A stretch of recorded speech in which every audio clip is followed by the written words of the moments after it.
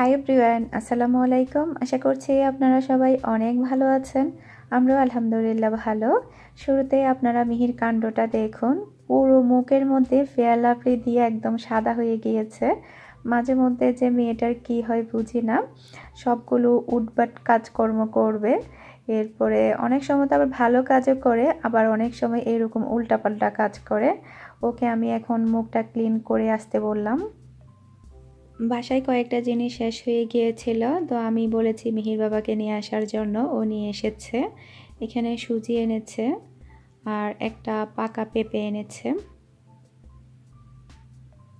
পেঁপে অবশ্য আমি খাবো না, শুধু মিহির বাবা আর মিহি খাবে। টমেটো, তারপরে ডিম, ধনেপাতা, তারপরে শসা, কয়েকটা জিনিস শেষ হয়ে গিয়েছিল, ওই গিয়েছে এগুলো আনার জন্য। তারপরে এগুলো হচ্ছে সিম,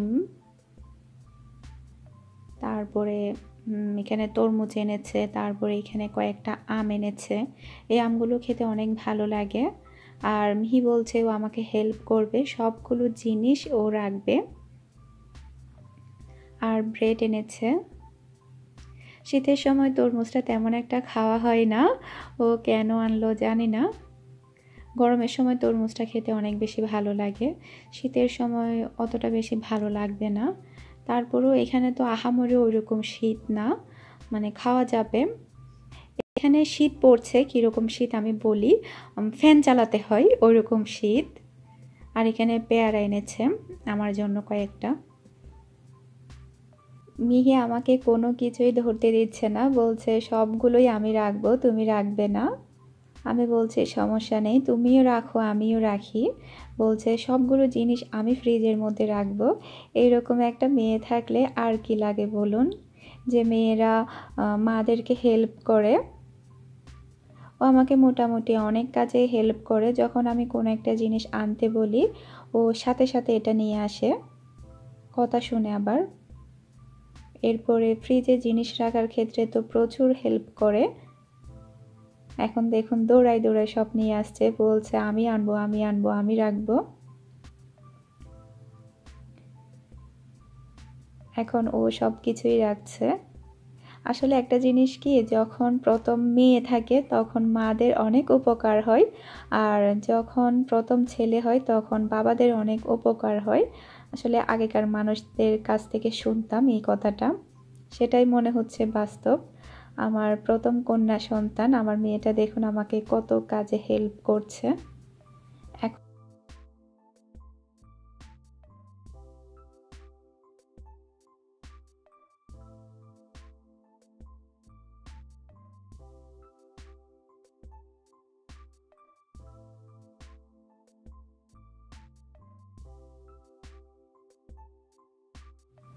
অনেক সময় আমি ওকে বলি তুমি ডিমগুলো ভেঙে ফেলবে, আমি রাখি, কিন্তু না, ও অনেক সুন্দর করে গুছিয়ে ডিমগুলো রাখতে পারে।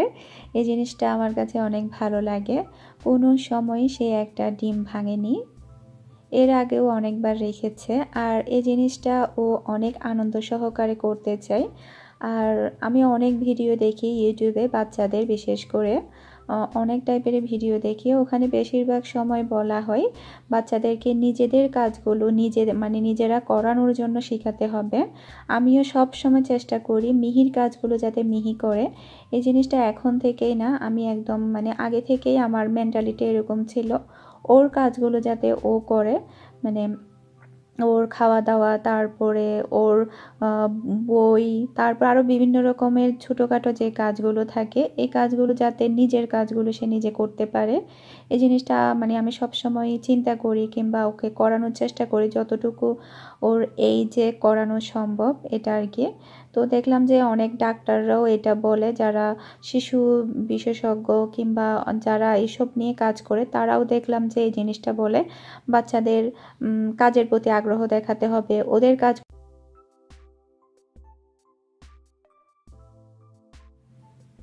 আমি আবার তরমুজটাকে বের করে নিয়ে আসলাম, ভাবলাম একটু লাল দেখা যাচ্ছে, কেটে দেখি কেমন হয়। তো খাওয়ার জন্য অল্প করে একটু কেটে নেব, আমার জন্য আর মিহির জন্য। তারপরে মিহিকে একটু পড়তে বসাবো। এরপরে আমার হাতের যে কাজগুলো আছে টুকিটাকি, সেগুলো আমি সেরে নেব। এমনিতেই দেখা যায় একটু পর পর দেখা যায় এটা হয়ে যায় ওটা হয়ে যায়, অনেক কাজই করতে হয়। তো সবগুলো কাজ আসলে মানে ভিডিও করা হয় না, দেখা যায় ভিডিও করতে গেলে একটু টাইমও লেগে যায়। সেজন্য ছোট ছোট করে ভিডিও করি, আর ছোট ছোট করে ভিডিওগুলো দিচ্ছি আমি কয়েকদিন ধরে। এই যে দেখুন আমি তরমুজটা কাটলাম, ওকে বললাম রেখে আসার জন্য, ও খুব সুন্দর করে এই জিনিসটা রেখে আসবে। আবার আমরা যখন বাহিরে যাই তখন অনেক মানুষ আছে বাচ্চাদেরকে নাম জিজ্ঞেস করে, বেশিরভাগ ক্ষেত্রে দেখা যায় আমরাই বলি বাচ্চাটার নাম কি। তো আমি বিভিন্ন টাইপের ভিডিওর মধ্যে এটাই দেখি, মারা বাবারা বলবে না, বাচ্চাদেরকে বলতে হবে তোমার নামটা কি, তুমি বলো। এই জিনিসটা বাচ্চাদের মুখ থেকে বলাতে হবে, এই জিনিসটা নাকি অনেক ভালো বাচ্চাদের ব্রেনের ক্ষেত্রে।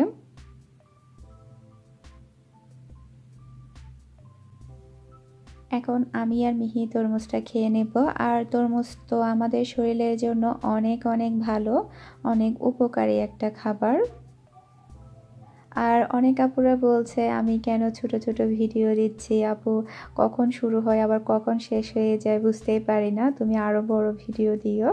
আমি বড় ভিডিও দিব অবশ্যই, মাঝে মধ্যে বড় ভিডিও দিব, সবগুলো মিলিয়ে ঝুলিয়ে দিব। দেখা যায় সারাদিনে যেরকম ভিডিও করা হয় ওই একটা দিনের ভিডিওই শেয়ার করা হয়। অনেক সময় দেখা যায় একটু বড় হয়ে যায়, আবার অনেক সময় দেখা যায় একটু ছোট হয়ে যায়। আর গত কয়েকদিন ধরে আমি ইচ্ছে করে ছোট ছোট ভিডিও দিচ্ছি, বেশি বড় ভিডিও দিচ্ছি না। আর আমি আপনাদের কাছে দিন দিন ঋণী হয়ে যাচ্ছি, কিভাবে যে আপনাদের ঋণগুলো শোধ করব আমি জানি না। আর আমি এত ভালোবাসা পাওয়ার যোগ্য কিনা সেটাও আমি জানি না। আমি আসলে গতকালকের ভিডিওর কমেন্টগুলো দেখে অনেক অনেক বেশি ইমোশনাল হয়ে গিয়েছিলাম। আমি ভাবতেই পারিনি এত এত আপুরা এত সুন্দর সুন্দর কমেন্ট করবে। আর সে সাথে অনেক পুরনো পুরনো আপুদেরকে আমি কাল খুঁজে পেয়েছি। গতকালকের ভিডিওতে প্রচুর কমেন্ট এসেছে, আর আমি সবগুলো কমেন্টের উত্তর দেওয়ার চেষ্টা করেছি রাতে। ভাবলাম যে এতদিন পরে এতগুলো আপুকে একসাথে পেলাম, এটা আমার একটা ভাগ্যের ব্যাপার। প্রায় 300-র কাছাকাছি কমেন্ট এসেছিল রাতের দিকে, সকালে তো আরও এসেছে, সেগুলো আমি একটু পরে দিয়ে দিব রিপ্লাই। তো চেষ্টা করেছি একদম সবার কমেন্টের রিপ্লাইগুলো দেওয়ার জন্য। আসলে অনেক দিন পরে এতগুলো আপুকে দেখে আমি একটু ইমোশনাল হয়ে গিয়েছিলাম, যে আপুরা আমার ভিডিও দেখতো আগে, কমেন্ট করতো, তো মাঝখান দিয়ে দেখা যায় ভিডিও দেখে কমেন্ট করে না। এরকম অনেক আপুকে আমি খুঁজে পেয়েছি, মাঝে মধ্যে কমেন্ট করে, সব সময় করে না আর কি। তো আমার কাছে খুবই খুবই ভালো লেগেছে সবার কমেন্টগুলো দেখে। সবাইকে আসলে কি বলে ধন্যবাদ জানাবো, আমার ভাষা নেই। সে সাথে একটু কষ্টেরও বিষয় ছিল, অনেক আপুরা সবার কাছ থেকে দোয়া চেয়েছে। অনেক আপুদের 10 বছর ধরে বেবি হয় না, আবার অনেক আপুদের 6 বছর ধরে বেবি হয় না, আবার অনেকের দেখা গিয়েছে একটা বেবি হওয়ার পরে আর হয়নি। তো এই কমেন্টগুলো পড়তে খুবই কষ্ট লেগেছে। আর সাথে সাথে আল্লাহ তাআলার কাছে দোয়াও করেছি যাতে প্রত্যেকটা আপুদের যাদের বেবি হয় না সবাইকে যাতে আল্লাহ তাআলা একটা বেবি দান করে। আর আপনারাও সবাই দোয়া করবেন যাদের বেবি হয় না তাদেরকে যাতে আল্লাহ তাআলা একটা বেবি দান করে। এই ক্ষেত্রে আমি যেটা বলবো, ধৈর্য ধরতে হবে, আল্লাহ তাআলার উপর ভরসা রাখতে হবে, আল্লাহই আমাদের সব কিছুই দিবে।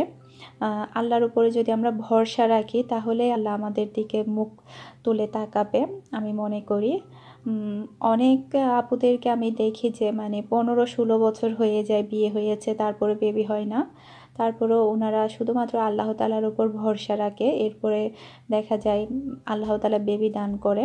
এই জিনিসটা দেখলে খুবই ভালো লাগে। তো সবাইকে বলবো 5 ওয়াক্ত নামাজ পড়বেন, আল্লাহ তাআলাকে বলবেন, আর আল্লাহ তাআলার উপর ভরসা রাখবেন, আল্লাহই সব কিছু দিবে। সবার জন্য অনেক অনেক দোয়া রইল, আর অনেক অনেক ভালোবাসা রইল। আর আমি তো আপনাদের সবার কাছে খুবই কৃতজ্ঞ হয়ে গেলাম, জানি না এই ঋণ কীভাবে শোধ করব আমি। আপনাদের সবার সাথে কথা বলতে বলতে প্লেট বাটিগুলো সবগুলো ক্লিন করে নিলাম। এখন আমি বেসিনের সাইডের অংশগুলো একটু ভালোভাবে মুছে নিচ্ছি। আসলে দেখা যায় এই ইউটিউব জগতে এসে যে কতটা মানুষের ভালোবাসা পেয়েছি সেটা গুণে শেষ করা যাবে না। মানে আসলে আমি কখনো ভাবতেই পারিনি আমি এতগুলো মানুষের ভালোবাসা পাবো। আগামী একটা বছর আগেও আমি ভাবিনি আমি আজকে এই জায়গাতে এসে দাঁড়াবো বা পৌঁছাবো। আমাকে অনেক আপুরা চিনবে, আমার খোঁজ খবর নিবে। এই জিনিসটা আমার অনেক বেশি ভাগ্যের ব্যাপার আমি মনে করি। সে সাথে অনেক আপুরা মেসেজ দিয়েছে, তারপরে কয়েকটা আপু আবার ফোনও করেছে। সবাইকে অনেক অনেক ভালোবাসা রইল আর দোয়া রইল। আমাদের এই বিশাল পৃথিবীতে ভালো মানুষের সংখ্যাটাই অধিক পরিমাণের, আর খারাপ মানুষের সংখ্যা এতটাই কম তাদেরকে মানে খুঁজেও পাওয়া যাবে না। অনেকটা আমি বলি আপনাদেরকে কীরকম ধূলিকণার মতো, যেগুলো কিনা দেখা যায় না, সেই রকমই। তো আল্লাহ তাআলা সবাইকে হেদায়েত দান করুক আর সবাইকে ভালো রাখুক, সুস্থ রাখুক, এই দোয়াটাই করি। আর একটা জিনিস কি, আমরা যদি সব সময় নিজের জন্যই দোয়া করি সেই দোয়া কখনো আল্লাহ তাআলার কাছে কবুল হবে না।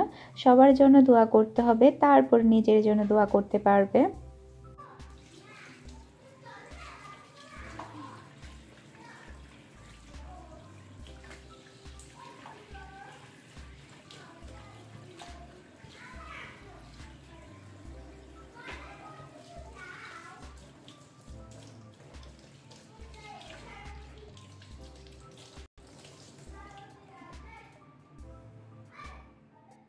ভিডিও শুরুতে তো মেয়েটার কাণ্ড দেখলেন, আর ভিডিও শেষে দেখুন কি অবস্থা করেছে।